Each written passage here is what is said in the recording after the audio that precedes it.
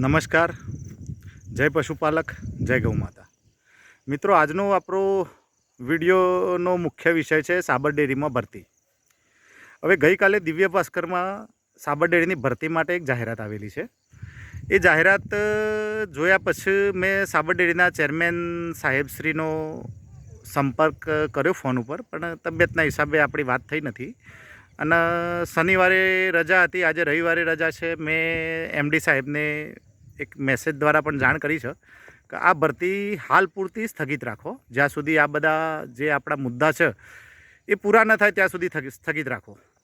હવે આપણે મુખ્ય વાત કરીએ તો આપણે અત્યારે સહકાર વિભાગની વિરુદ્ધ, એટલે કે હાઈકોર્ટમાંથી સહકાર વિભાગની વિરુદ્ધ 3 કેસના એક ઓર્ડર થયેલા છે.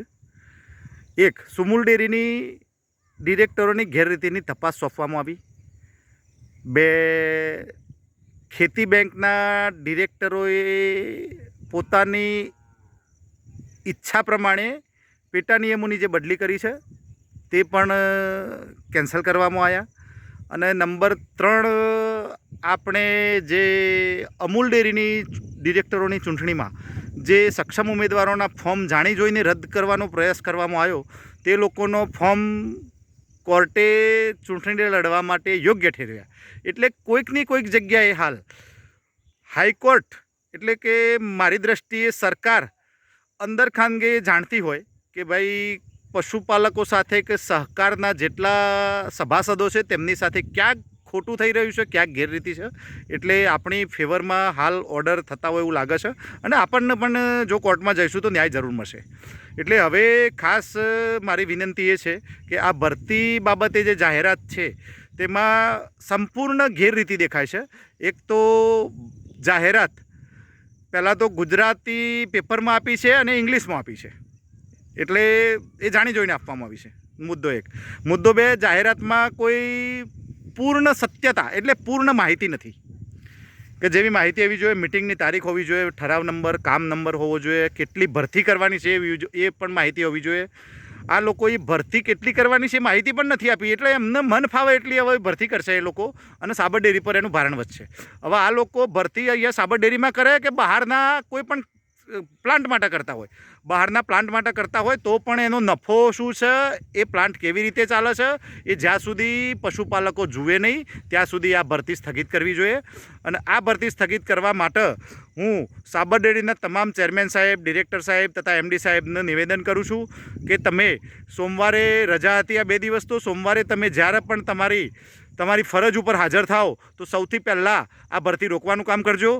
જો આ ભરતી રોકવામાં નહીં આવે તો પશુપાલકો વતી અમારી કોઈ પણ દૂધ મંડળી ફરિયાદી થશે અને અમારે કોર્ટમાં જવું પડશે. હવે કોર્ટમાં જવા માટે આપણે જે દિવસે મિટિંગમાં ગયા અને જસુભાઈ એ ડિરેક્ટર સાહેબ શ્રી સાથે જે આપણે થોડીક નોકઝોક થયેલી, એટલે પરિણામ તો સમજો એ દિવસે તો બહુ ઉગ્ર સ્વરૂપ હતું. પરંતુ આપણે આજે એમને રિક્વેસ્ટ કરીશું કે જસુભાઈ, તમારા પણ અમને સમાચાર મળ્યા છે કે તમે પણ આ ભરતીના વિરુદ્ધમાં છો કોઈક જગ્યાએ. પણ જો હકીકતમાં તમે જો આ ભરતીના વિરુદ્ધમાં હોય તો તમારી જે દૂધ મંડળી છે માલપુરની, હેલોદર દૂધ મંડળીના તમે ચેરમેન હોય એવા મને માહિતી છે, બરાબર. હવે જો તમારી જ મંડળી ફરિયાદી થાય તો અમે ઘણી પણ બધી મંડળીઓનો સપોર્ટ તમને આપીશું, અને તમે પોતે કોર્ટમાં જાઓ અને આ ભરતીનો સ્ટે લઈ આવો.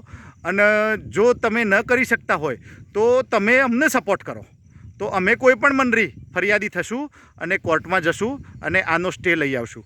પણ તમે કાંઈક કરજો એટલે અમને ખબર પડે કે તમે ખરેખર સાબર ડેરીના વિરોધમાં પશુપાલકોની ફેવરમાં છો કે નથી, કારણ કે જાણવું જરૂરી છે. હવે આપણે આ કોઈ પણ હિસાબે કોર્ટમાં જઈને આપણે સ્ટે લેવાનો પૂરો પ્રયત્ન કરીશું. અને બીજી મહત્ત્વની વસ્તુ એ છે કે જે લોકોએ આ ભરતીમાં કોઈ પણ ફોર્મ ભરો અને કોઈ પણ પૈસાની કે કાંઈ પણ લેવડ દેવડ કરશો તો હવે પછી અમને રિક્વેસ્ટ કે નિવેદન નહીં કરતા કે ભાઈ અમારા પૈસાનું શું. કારણ કે તમે જો પૈસા કરશો અને તમને કાયમી માટેનો ઓર્ડર નહીં થાય તો એ તમારું જોખમ છે. અને આ ભરતીમાંથી એવા સમાચાર મળે છે કે મારે ઓકળો બોલવો જરૂરી નથી, પણ બધું સેટિંગથી કામ થવાનું છે. હવે જે કાંઈ હોય એ દરેક લોકોએ પોતાના જોખમે કરજો, કારણ કે આ ભરતી થશે અને જો તમે પૈસાની લેવડ દેવડ થશે અને કોર્ટનો જો વિરુદ્ધમાં ઓર્ડર થશે તો તમારા પૈસા જશે. આગળ પણ જે ભરતી થયેલી છે 300 જણાની, એ ભરતીમાં જે લોકોને હાજર કર્યા છે તે પણ કાયમી કરેલા નથી અને એ એકદમ જોખમ છે એમને કાયમી કરવા હાલ થશે એવું. કારણ કે એમના ઘણા લોકો અમને નિવેદન કર્યું છે કે ભાઈ અમે તો નોકરી માટે આવું કર્યું છે, આ રીતે પૈસા આપેલા છે, આટલા પૈસા આપ્યા છે. ઓકડા બોલવા કંઈ જરૂરી નથી, દરેકને ખબર છે, બરાબર. એટલે હવે જો કોઈ પણ વ્યક્તિ ભરતી માટે કાંઈ પણ રીતે પ્રયત્નો કરશે તો એ પોતાના જોખમે કરજો. કારણ કે આ ભરતી તો અમે રોકવાના જ છીએ અને આગળ પણ થયેલી જે ભરતી છે એ ખોટી ભરતીની અમે તપાસ કરવાના છીએ અને એ તપાસ પૂરી જો સીધી રીતે અમને જવાબ મળે તો ઠીક છે, નહીં તો કોર્ટ રાહે જઈને પણ આની પૂરી તપાસ કરવામાં આવશે અને આ ભરતી તો અમે રોકવાનો પૂરો પ્રયત્ન કરીશું. બસ હવે આનાથી વિશેષ ભરતી માટે કંઈ છે નહીં. જય હિન્દ, જય ભારત.